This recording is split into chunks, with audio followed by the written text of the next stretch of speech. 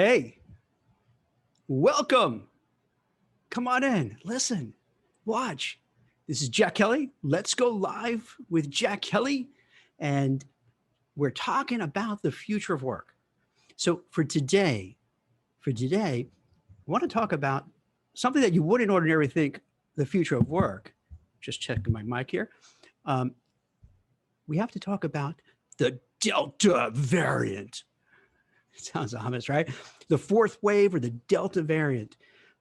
One of the futures of work, unfortunately, we have to think about is our health and COVID-19 and all these different strains that are rising. It's wild. I mean, we went through a year and a half of dealing with it, and I think I don't want to speak for all of you, but I'll speak for myself. I thought we're done. In my mind, we're done. Now, when I mean done, I don't mean we completely eradicated everything, but for all intents and purposes, we're past the really tough stuff and just dealing. I'm looking at it like this will always be around in some form, just like we have cancer and we have all these other things that it's going to be one of these things we have to live with. We don't want to live with it, but we have to deal with it. But it does. So what's happening is we're reading more and more about the Delta variant and now the fourth wave.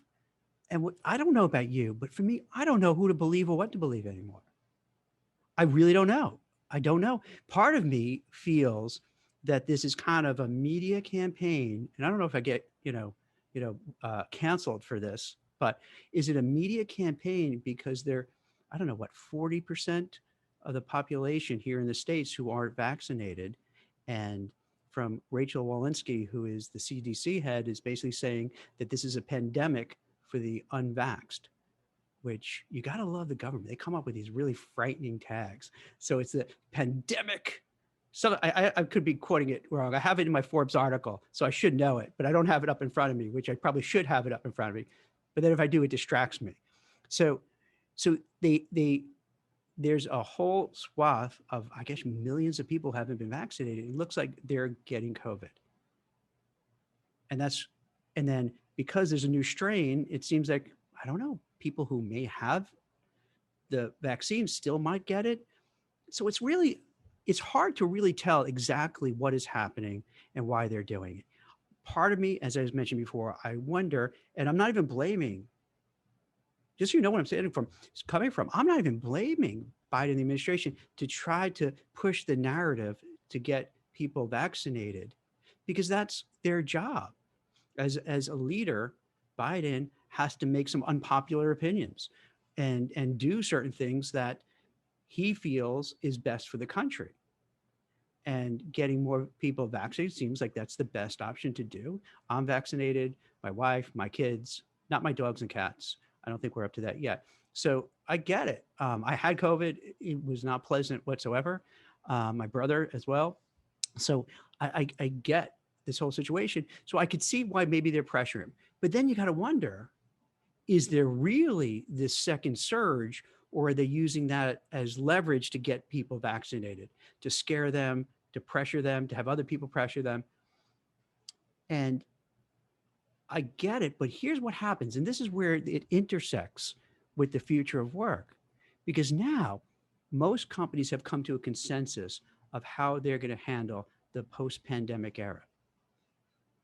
A good portion of, let's say, the big tech leaders, Apple, Microsoft, Facebook, Salesforce, all these companies seem to coalesce around, hey, we want you in the office maybe 2 or 3 days a week. The rest could be remote. And then there'll be some amount of people who are only going to work remotely for various reasons. Childcare, if the schools don't reopen again, which happened, let's say in New York or New Jersey, where I am, the public schools were closed. So parents had a hard time knowing what to do. So they were home. Sick relatives, the commute is just horrible. Kind of really concerned that they'll get COVID or pass it along. So there are very varied reasons why people are going to still work remotely. So you have the hybrid, and then you have some, working a couple of days a week at home, and then there's a certain amount who just remote. But now, with the talk about the Delta variant and a fourth wave and different strains, it changes the dynamics. Because let's say you and I are the CEO and president and executives of a company. We have a big problem now. We just invested a lot of time, a lot of energy, a lot of money into having this hybrid system. We probably put in all sorts of health precautions. We probably rearranged all the desks. We have all these policies and procedures. We kind of have now all this infrastructure. How are we going to kind of service a dispersed workforce? But we think, well, we have to kind of think about, if there's a new wave, would it be inappropriate? Would it be almost malpractice? Are we subject to litigation if we bring people back and this is for real? So think about that for a second. If these companies, now let's take a lot of Wall Street companies, Goldman Sachs, JP Morgan, Morgan Stanley, and others were pretty adamant. Hey, we want people back in the office. And I get it. Every sector is different, and every company has their own reasons. I think with Wall Street, they feel more comfortable having people there. Young bankers could be mentored. Wall Street, you're not producing. It's not like a factory where you're doing manufacturing. It's really about sharing intelligence. So people want to collaborate, have the serendipitous meetings in the hallways, impromptu conversations. It's a very regulated industry. So by having everyone together, compliance, legal, risk, and audit could watch over them. So I get that they're doing it. But now what do you do? If you're an executive over at one of these companies, you have to start thinking, are we going to have to change our plans? As much as we wanted people coming back to the office, do we go through with that or not? Now, the tough part is, because the same way I'm uncertain about is how bad is it? Because a lot of times the news, they'll give the percentages. Hey, it's 200% increase. But then when you find the actual numbers, they're small. So the percentages make you scared. And then you wonder, is it fear mongering? Because if one person has COVID and now two people, what is that? 100% increase, three people, 300% increase, 400% increase as you go along. So then it's like, oh my gosh, terrible. But it's really one person. And then they don't also say, you don't hear a lot, who is getting it? Yes, they talk about the unvaccinated, talk about that, without end. But are they older? Are they people who have comorbidities? The CDC recently said that 40% of the people who got COVID or maybe succumbed to COVID had diabetes or were obese. So instead of worrying about being politically correct, tell us the real truth, like who is getting it, how bad is it, and how real is it, so everyone can make decisions. So if you're on the board of directors, let's say at these investment banks we were talking about, and you're in the executive suite, or you're even a mid-level manager, and your people are coming and say, what are we going to do? And they're going to probably say, especially let's say in New York, which was the epicenter of COVID for a long time, lots of casualties, lots of deaths, fresh in their mind. Do you think they're going to want to go back?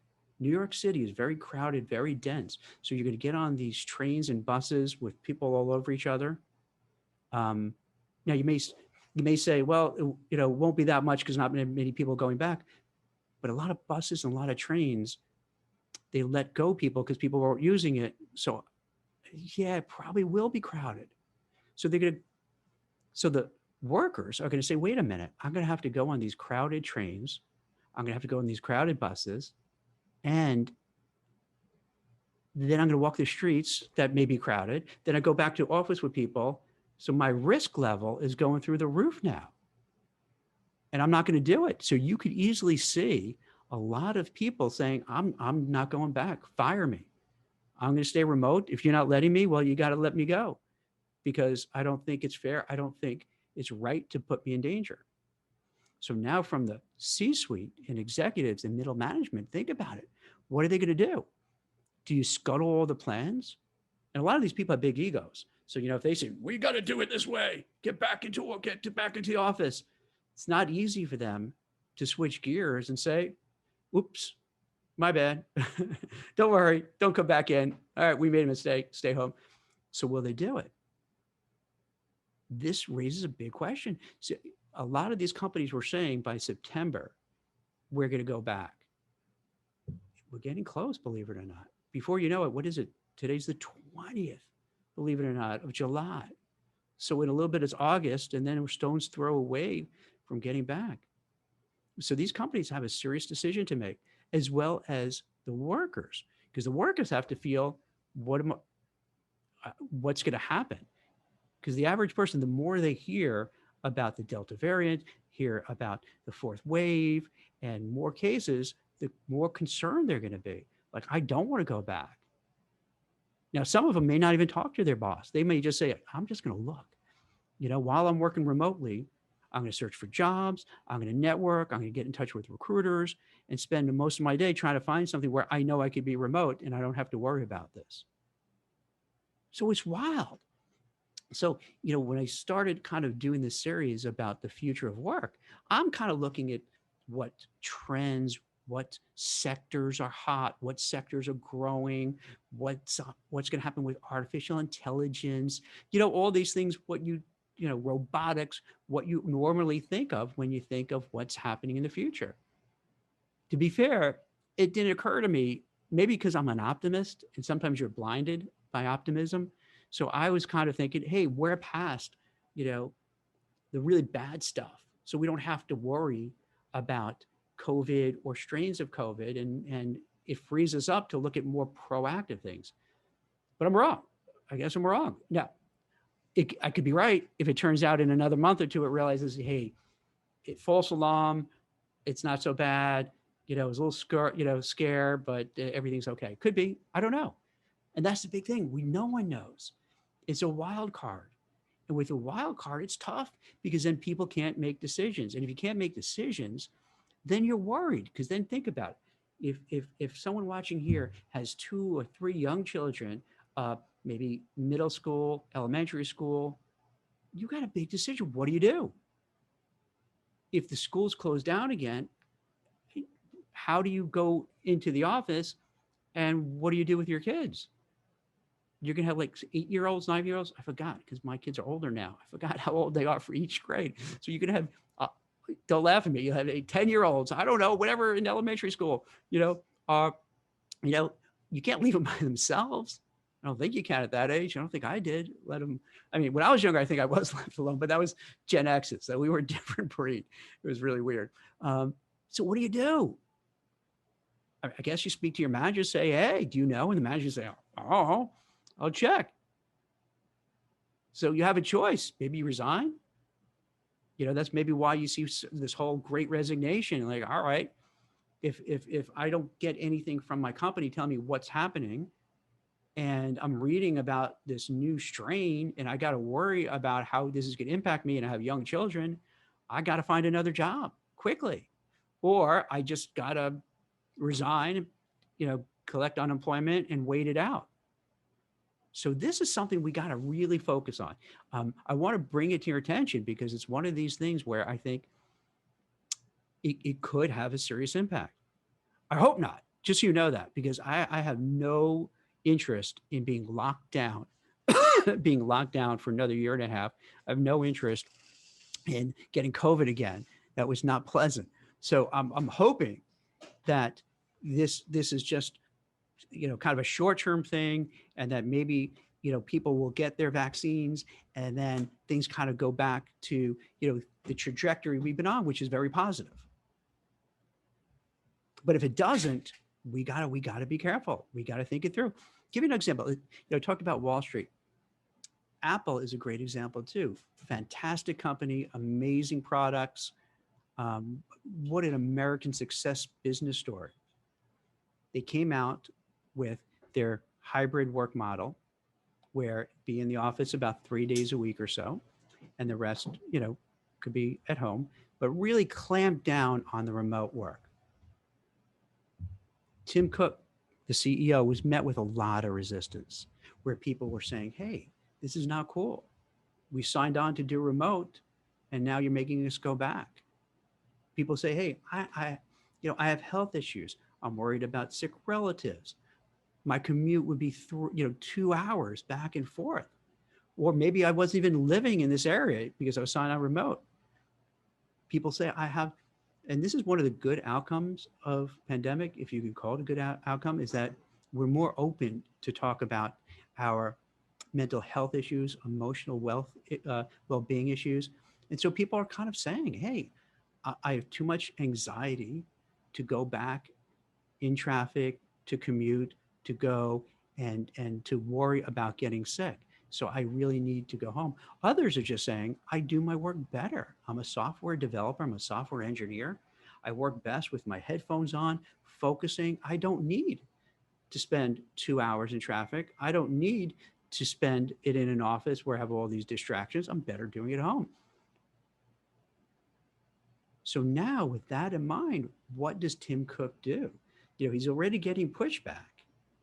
Now, people who want to be and stay remote, which seems to be a large percentage of people, are going to say, well, look at this Delta variant. Look at these strains that are coming up, this fourth wave. Why are you going to make us go back if even there's a whiff of this risk? You know what I mean? It doesn't make sense. You're going to think, doesn't it seem more reasonable to say, even if you look at the odds, and even if the odds are only 30% that this Delta variant is going to take on some speed, or any other strain is going to take on some speed and going to create more cases, wouldn't it be reasonable for a company to then say, that's a risk I don't want to take? We're better off being safe than sorry, and let's make people stay remote. So it seems to me that there's a chance, if the way people are talking about it now, the way we're hearing from the Biden administration, the way we're hearing it from the media, in which we're having these, Delta variant strain waves and more cases. And by the way, I think, to me, and you might not believe this, I'm not an MD or scientist. I know it's shocking, right? You would think so, but to me, it would seem reasonable that there be more cases, because we went from pretty much a lockdown to very quickly, let's open up and let's get started.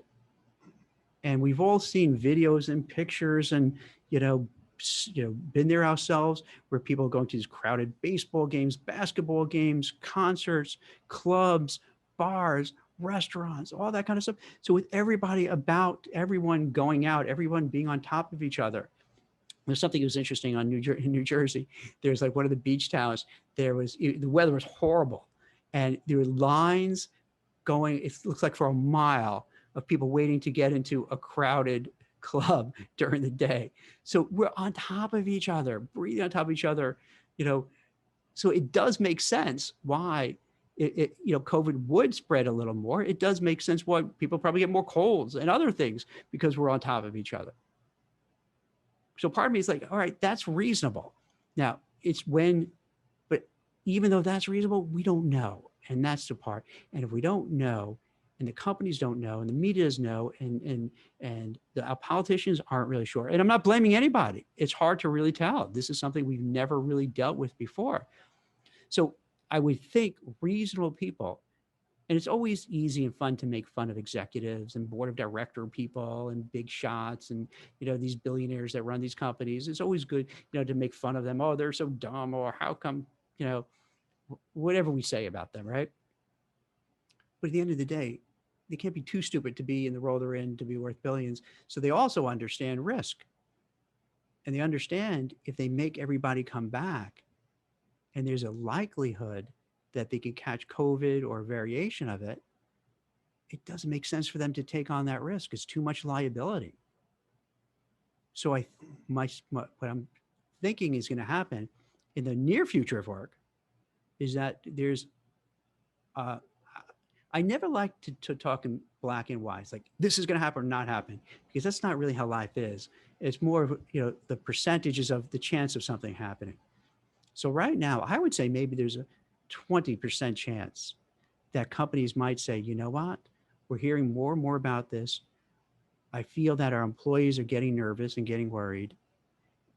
And successful business owners, executives realize if you have your workforce who's worried and anxious and stressed, they're not going to perform well because they can't, because they're just the worry, concern, particularly of this health crisis, is going to take over. So you're going to have a whole bunch of people who are afraid, who are scared, understandably so.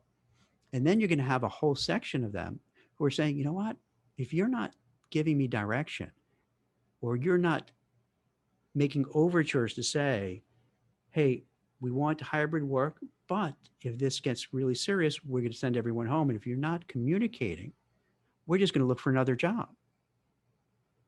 So the smart, enlightened executives are going to get that. They're going to get that if they don't communicate well, and they don't, even if they want people back in, but realize how it would adversely impact people's mental health and well-being and physical safety and health safety, they're going to leave and go.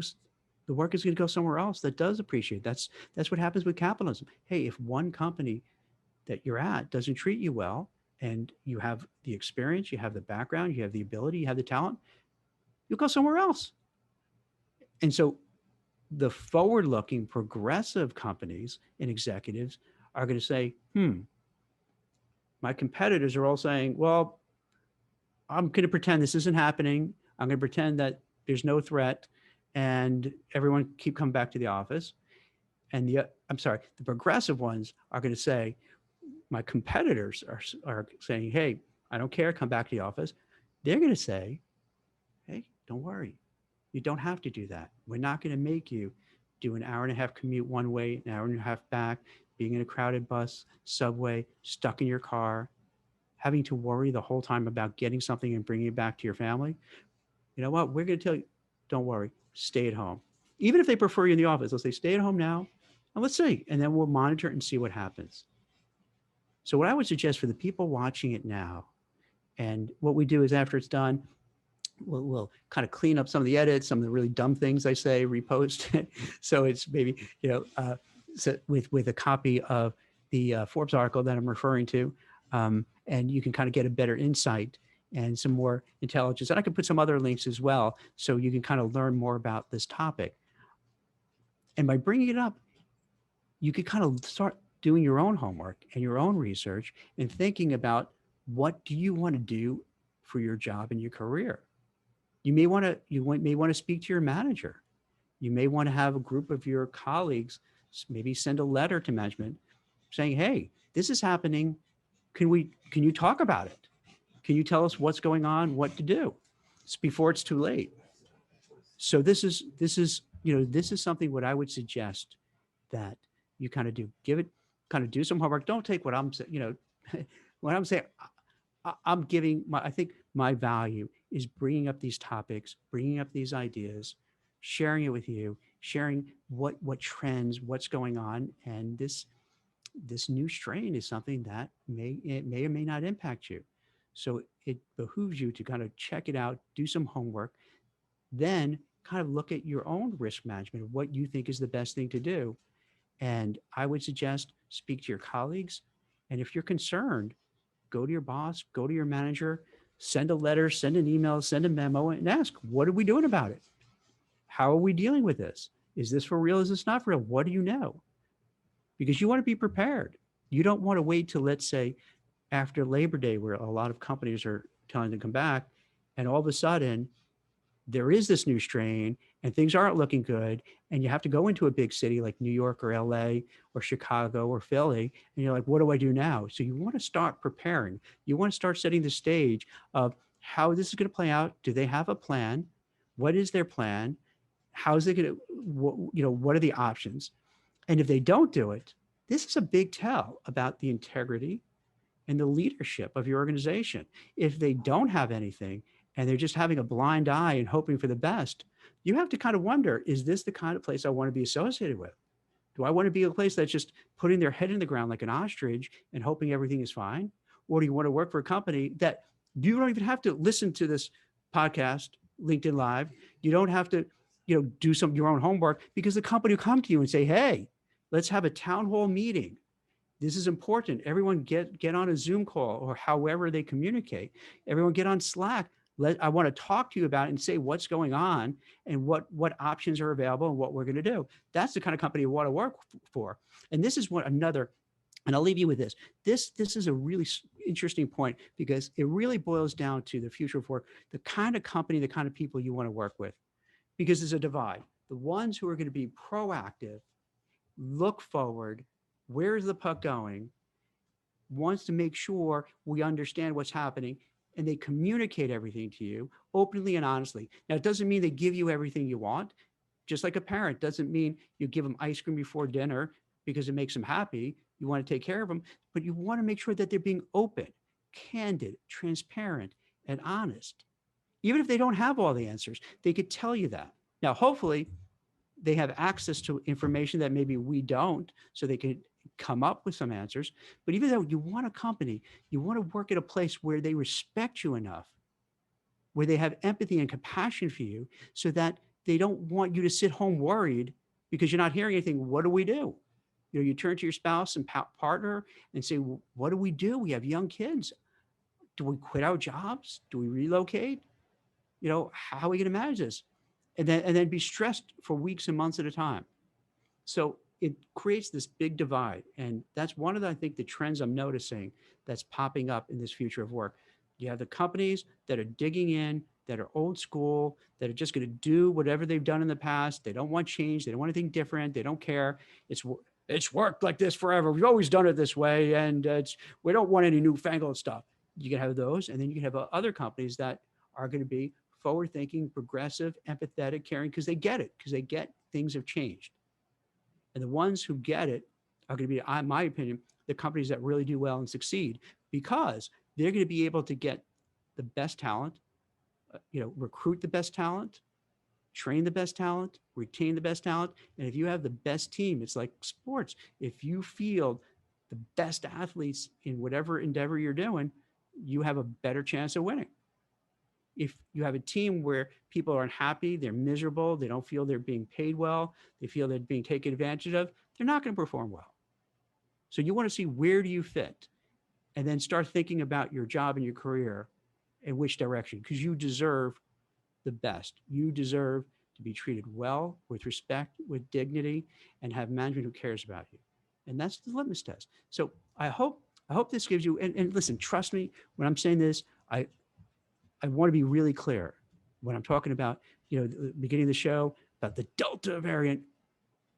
This is it's a show. I got to keep everyone's interest. If I talk to, like, I'm a scientist, I'll bore everybody and they're going to not watch and they're going to fall asleep. So it's a little bit, I'm trying to be entertaining as well as informative, but I take it very seriously. This is a very important matter. So I just want you to know that. Thank you so much for watching. I really appreciate it. Any questions you have, feel free to ask me. You could hit me up on LinkedIn or Twitter or Facebook. Glad to help. If you ever have any topics you want me to talk about, let me know. I really appreciate it. I've been getting so much great feedback, so many questions, so many people taking me up on the offer about their job search, their career.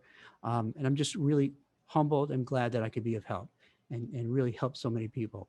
So it's Jack Kelly. Let's Go Live with Jack Kelly, talking about the future of work. Thank you so much for watching. I appreciate it. Have a great day. Bye-bye.